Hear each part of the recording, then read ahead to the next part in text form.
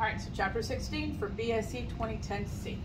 Chapter 16, the molecular basis of inheritance. This is Watson and Crick looking at the structure of DNA that they developed. Got the Nobel Prize for it. And in 1928, first we had Frederick Griffith. So let me take a second. When you do this chapter, I want you to forget everything you know. I even want you to forget that you know DNA, okay? So right now, we don't know how things get passed from one parent to one child, okay, from one generation to the next. 1928, Frederick Griffith, this gentleman right here, was a British medical officer, and he was trying to discover some kind of vaccine for pneumonia. Now, I always like to use my little stuffed virus, okay?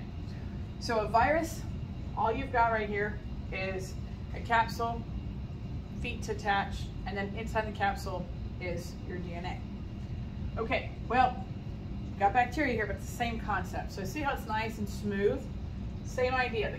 The right here, the smooth capsule, so they've got extra protection on the bacterial cells that allows the immune system to not fight the bacterial infection, okay? That right there, when it was put inside mice, I'm gonna go forward for a second, it would kill the mice. So the smooth capsule, so the extra protection on the bacteria capsule, would kill the mice because the immune system of the mouse was not able to kill off the bacteria. But then you also had the rough strain. The rough strain did not have extra protection around the entire cell, so it was killed by the mouse's immune system. So rough, mouse lives. Smooth, extra protection for the bacteria, mouse dies, the mouse's immune system is not able to fight it off. Then they went one step further. Griffith did, sorry. And what he did is he killed the smooth, right? Because remember, temperature, pH, and salinity change are going to kill the proteins. So the bacteria was no longer able to do its job because proteins were killed by the temperature change. So he killed smooth. Now the mice are actually able to survive. He went one final step. He actually took the rough strain, so normally what we call non-pathogenic, non-disease causing, and then the heat killed smooth, and he put them together. So two different versions, which would normally on their own not kill the mouse, right? The mice would stay alive. Well, something got transferred between these two guys, and the mice died. That's what came out of it. It was a really, really big experiment, and you will have questions about this, so make sure you're comfortable with it. I've got a video for y'all to watch to help out. Hershey and Chase, 1952, come into the picture. So they start looking at the true virus, right? Not just the smooth that was referred to earlier. So you've got the virus right here, and you've got the capsule, and you have DNA inside. DNA or RNA, but for this purpose, it was DNA. And what they did is they made two separate batches. One batch had a virus whose capsule were radioactive, and they had another batch whose virus, the DNA, was radioactive. He let those two batches individually infect different cells to see what part was getting inserted into the host cell. Because the way a virus works, here's your host cell with its own DNA. Here's your capsule with the hooks to attach the cell with its own DNA. And then what they do is they insert their DNA into the DNA of the host cell. The host cell then does its job, transcription, translation, which is in the chapters coming up, and they started making, on accident, baby viruses. Because the cell was just doing its normal job.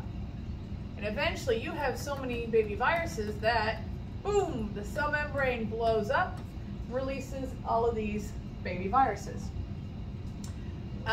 That's your virals, okay? So when they actually ran this and they wanted to see which one was radioactive, if it was the actual capsule or the DNA, they let it go and run its course. They started seeing that the actual batch that remained radioactive was the one with the DNA. So they proved, Hershey and Chase proved, that it was the actual DNA that was getting inside the cell. Boom. James Watson and Francis Crick, both these two guys are the ones who developed the, discovered the DNA structure. But before them, you had this guy named Shaghav. Shaghav said that for every A, there's a T. For every G, there's a C.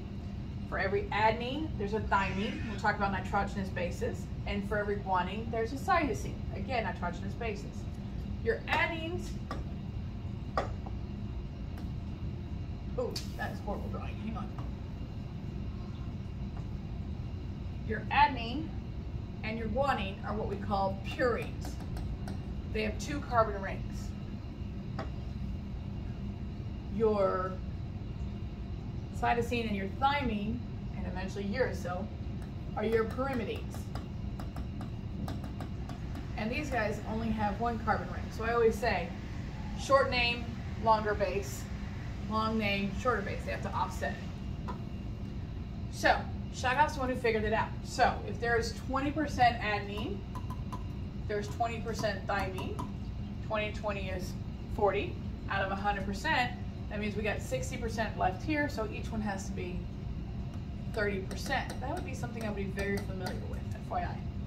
So Shaghav figured that out. After he figured that out, comes in Rosalind Franklin. Rosalind Franklin took a picture of DNA. It's called an X-ray crystallography picture. And for the longest time, I would look at the picture and be like, how in the world is that DNA? This is how we're looking at it. You've got this consistent phosphate ribose backbone, and then in the middle, you have these alternating nitrogenous bases.